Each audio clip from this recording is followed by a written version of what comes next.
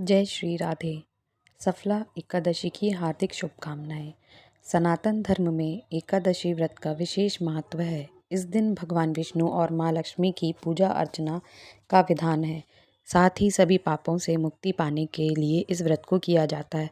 पौष माह के कृष्ण पक्ष की एकादशी को सफला एकादशी के नाम से जाना जाता है। इस व्रत को करने से जीवन में सुख शांति बनी रहती है। सफला एकादशी की कथा। महाराज युधिष्ठिर ने पूछा, हे जनार्दन, पौष कृष्ण एकादशी का क्या नाम है? उस दिन कौन से देवता का पूजन किया जाता है? कृपया मुझे बताएं। भक्त वत्सल भगवान श्री कृष्ण कहने लगे कि धर्मराज, मैं तुम्हारे स्नेह के कारण तुमसे कहता हूँ कि एकादशी व्रत के अतिरिक्त मैं अधिक से अधिक दक्षिणा पाने वाले यज्ञ से भी प्रसन्न नहीं होता हूँ। हे राजन, द्वादशी युक्त पौष कृष्ण एकादशी का महात्म्य तुम इस एकाग्रचित होकर सुनो। इस एकादशी का नाम सफला एकादशी है। इस एकादशी के देवता श्री नारायण हैं।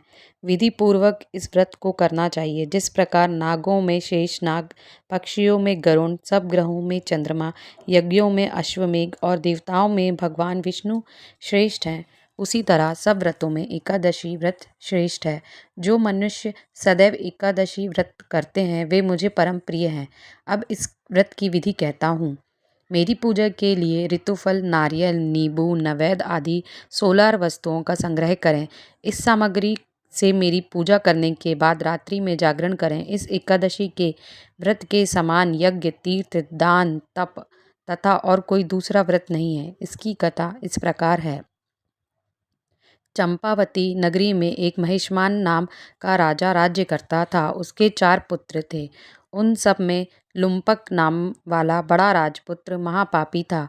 वह पापी सदा परास्त्री और वैश्यगमन तथा दूसरे बुरे कर्मों में अपने पिता का धन नष्ट किया करता था। सदैव ही देवता, ब्राह्मण, वैष्णवों की निंदा किया करता था। जब राजा को अपने बड़े पुत्र के ऐसे कुकर्मों का पता चला तो उन्होंने उसे अपने राज्य से निकाल दिया। तब वह विचारने लगा कि कहाँ जाऊं, क्या करूं। अंत में उसने चोरी करने का निश्चय किया। दिन में वह रहता और रात्रि में अपने पिता की नगरी में चोरी करता तथा प्रजा को तंग करने और उन्हें मारने का कुकर्म करता।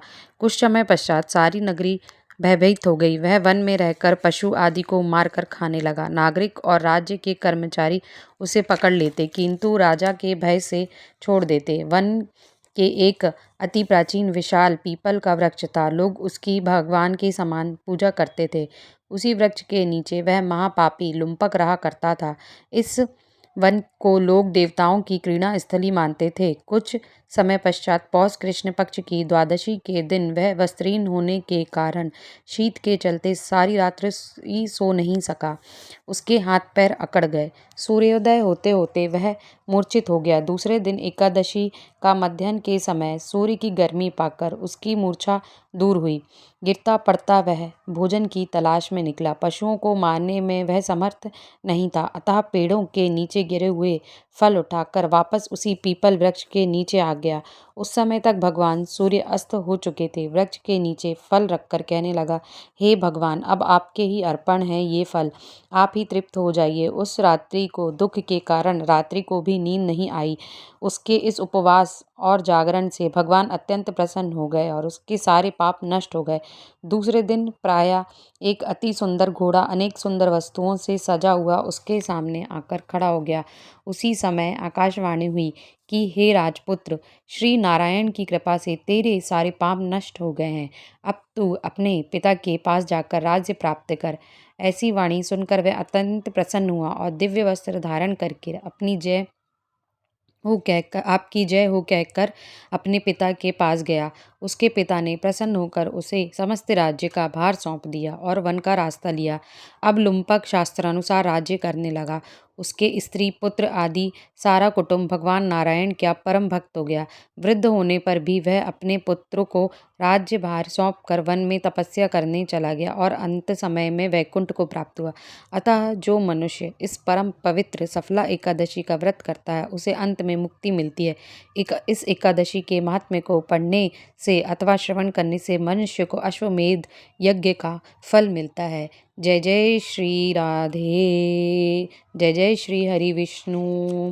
यदि आपको मेरे द्वारा सुनाई गई हुई कहानी अच्छी लगी हो तो कृपया मेरे चैनल से जुड़ने के लिए सनातन धर्म को सब्सक्राइब करना ना भूलें एवं सफला एकादशी की हार्दिक हार्दिक शुभकामनाएं।